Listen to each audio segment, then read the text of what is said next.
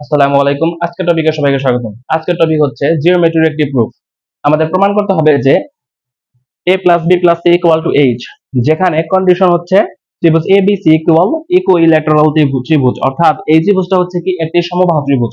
যেহেতু আমরা দেখতে পাচ্ছি এই বড় ত্রিভুজটি তিনটি ছোট ছোট ত্রিভুজের সমন্বয়ে গঠিত, তাহলে এই তিনটা ত্রিভুজের ক্ষেত্রফল যদি আমরা বের করে যদি যোগ করে দিই তাহলে কি হবে, এই বড় ত্রিভুজের ক্ষেত্রফলের সমান হবে। তাহলে এখন আমরা এই ছোট ছোট ত্রিভুজের ক্ষেত্রফলগুলো বের করব।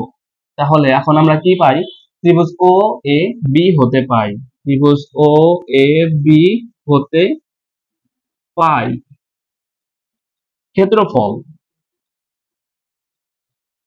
ক্ষেত্রফল সমান হাফ, আমরা জানি কি হাফ ভূমি গুণন উচ্চতা। এখন এই ত্রিভুজটা খেয়াল করো, এই ত্রিভুজের ক্ষেত্রে এখন এখন দেখো এখানে আমাদের যেহেতু এটা একটি সমবাহু ত্রিভুজ, তাহলে এই প্রত্যেকটি বাহুর দৈর্ঘ্য কি সেম হবে, সেই জন্য আমরা কি ধরেছি, এই ত্রিভুজের প্রত্যেকটি বাহুর দৈর্ঘ্য আমরা এস ধরে নিয়েছি। তাহলে এখন দেখো ভূমি কত, এটা এই ত্রিভুজের ক্ষেত্রে ভূমি হচ্ছে এস, উচ্চতা হচ্ছে এখান থেকে এই পর্যন্ত সি।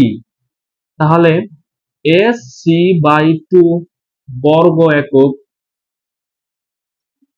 এই ত্রিভুজের ক্ষেত্রফল আমরা কত পেলাম, এস সি বাই 2 বর্গ একক। এখন আমরা এই ও বি সি ত্রিভুজ হতে পারি, ত্রিভুজ ও বি সি হতে পাই, কি পাই, এখান থেকে আমরা কি বের করব, ক্ষেত্রফল বের করব। ক্ষেত্রফল সমান হাফ, ভূমি কত, ভূমি হচ্ছে এস, উচ্চতা কত, উচ্চতা হচ্ছে এখান থেকে এই ডি পর্যন্ত কত হচ্ছে এ। তাহলে ক্ষেত্রফলটা কত, এস এ বাই 2 বর্গ একক। এখন এখানে একটু খেয়াল করি, তাহলে আমাদের অবশিষ্ট কি থাকলো, অবশিষ্ট হচ্ছে এই ত্রিভুজটা। এখন শর্তটা আমরা এখানে লিখে নিই, এডি ইকুয়াল এইচ, যেটা আমাদের টোটাল দেওয়া আছে উচ্চতা।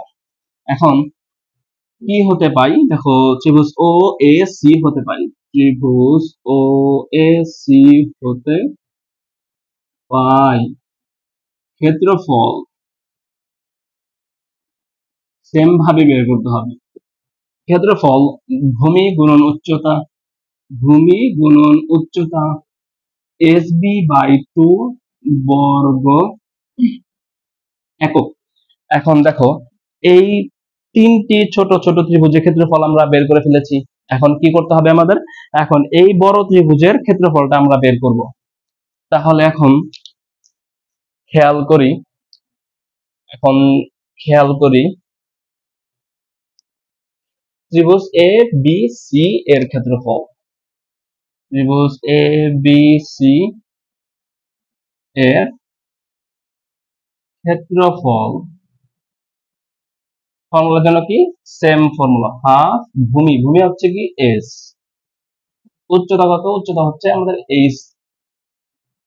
তাহলে তাহলে এখন আমরা কি করতে পারি, এখন আমরা এস সি বাই 2 বর্গ একক, এটা আমরা মনে রাখি, এস সি বাই 2 বর্গ একক।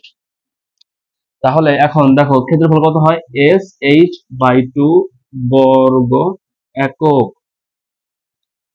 এখন আমরা কি লিখতে পারি, দেখো তো এস সি, এখানে এস এ বাই 2। এখন আমরা কি লিখতে পারি, শর্ত মতে ত্রিভুজ বড় ত্রিভুজের ক্ষেত্রফল সমান প্রত্যেকটা ছোট ছোট ত্রিভুজের ক্ষেত্রফল সমান হবে। দেখো বড় ত্রিভুজের ক্ষেত্রফল কত পেলাম আমরা, এস এইচ বাই 2 সমান, এখন তাহলে এই ত্রিভুজের কত, এই ত্রিভুজের ক্ষেত্রফল কত পেয়েছিলাম, হাফ, অর্থাৎ এখানে আমরা হাফ না লিখে এস সি বাই 2 প্লাস, এটার জন্য কত পেয়েছিলাম, এস এ বাই 2 প্লাস এই ত্রিভুজের ক্ষেত্রফল হচ্ছে এস বি বাই 2। এখন এখান থেকে খেয়াল করো, এখান থেকে হাফ আর এই টোটালটা থেকে হাফ কমন নিয়ে উভয় পক্ষ থেকে আমরা হাফ বাদ দিলে কি পাই, S H equal S C plus S A plus S B. এখন দেখো এখান থেকে এস এবং এই তিনটা থেকে এস কমন নিলে এস আর এস কাটাকাটি চলে যায়, তাহলে কি থাকে, এখন দেখো তো এ এইচ সমান কি থাকলো, সি প্লাস এ প্লাস বি। এখন এটা যদি আমরা যদি রিঅ্যারেঞ্জ করে দেই তাহলে কি দাঁড়ায়, রিঅ্যারেঞ্জ করলে দাঁড়াচ্ছে যে, রিঅ্যারেঞ্জ করলে কি দাঁড়াচ্ছে, আমরা এখানে লিখতে পারি রিঅ্যারেঞ্জ করলে দাঁড়াচ্ছে যে সুতরাং a plus B plus C equal 8 and যেটা আমাদের প্রুফ করতে বলা হয়েছে এটা হচ্ছে আমাদের সেই প্রুফ।